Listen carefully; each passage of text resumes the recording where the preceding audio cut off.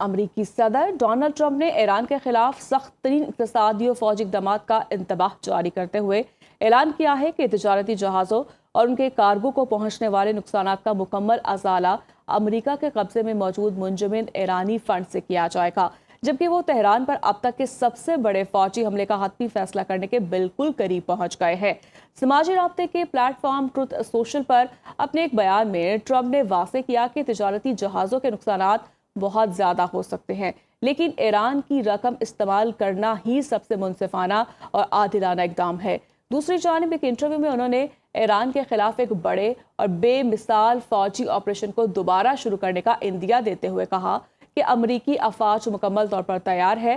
اور اگر انہوں نے کہا تو اسرائیل محض 2 منٹ میں ان حملوں میں شامل ہو سکتا ہے۔ امریکی صدر نے مزید کہا کہ تہران کے حکام مذاکرات تو چاہتے ہیں مگر ابھی معاہدے کے لیے تیار نہیں، کیونکہ ایران نے ابھی تک اس جنگ میں شدید تکلیف برداشت نہیں کی۔ ایرانی وزیر خارجہ عباس عراقچی نے امریکی انتظامیہ کو شدید تنقید کا نشانہ بناتے ہوئے خبردار کیا کہ موجودہ بے سوچ اور جارحانہ پالیسی امریکی صدر ڈونلڈ ٹرمپ کے لیے انتہائی مہنگی پڑ سکتی ہے۔ Social media platform X پر جاری اپنے ایک بیان میں انہوں نے کہا کہ امریکی انتظامیہ کے کچھ عناصر زمینی حقائق کو نظر انداز کر کے صرف 2028 کی سیاست پر توجہ مرکوز کیے ہوئے ہیں، لیکن وہ جس جارحیت کی حمایت کر رہے ہیں وہ صدر ٹرمپ کو اس معاہدے کی بھاری قیمت چکانے پر مجبور کرے گی جسے وہ حاصل کرنا چاہتے ہیں، جبکہ یہ طرز عمل خطے میں کشیدگی کو مزید بڑھانے کا سبب بنے گا۔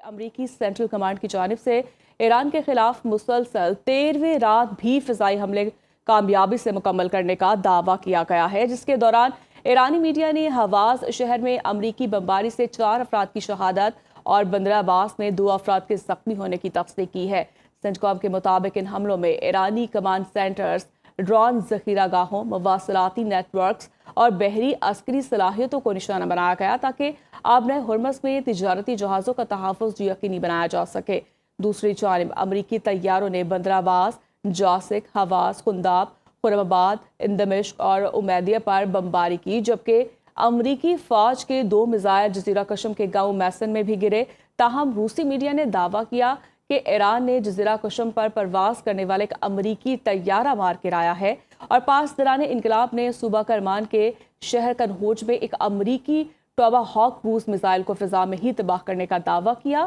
ایسے میں امریکی فوج کا کہنا ہے کہ ایرانی سرگرمیوں کے باوجود آبنۂ ہرمز بین الاقوامی آمد و رفت کے لیے کھلی ہے، جہاں اس وقت خطے میں 50,000 سے زائد امریکی فوجی تعینات ہیں۔ امریکی سینٹرل کمانڈ نے دعویٰ کیا ہے کہ ایران کے خلاف بحری ناکہ بندی کے دوبارہ نفاذ کے بعد گزشتہ 9 روز کے دوران 12 تجارتی جہازوں کا رخ موڑ دیا گیا، جبکہ ناکہ بندی پر مؤثر عمل درآمد کے لیے ایک جہاز کو ناکارہ بنا دیا گیا۔ سینٹکام کی جانب سے جاری کردہ تازہ بیان کے مطابق ان تجارتی جہازوں کو ایرانی بندرگاہوں یا ساحلی علاقوں میں داخل ہونے یا وہاں سے روانہ ہونے سے روکنے کے لیے ان کا رخ تبدیل کرنے پر مجبور کیا گیا تاکہ خطے میں عائد کردہ بحری پابندیوں پر سختی سے عمل درآمد یقینی بنایا جائے۔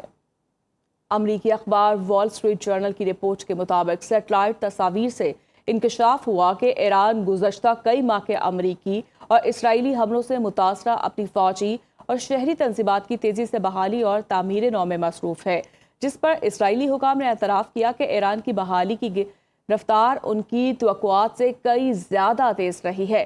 رپورٹ کے مطابق کانگور،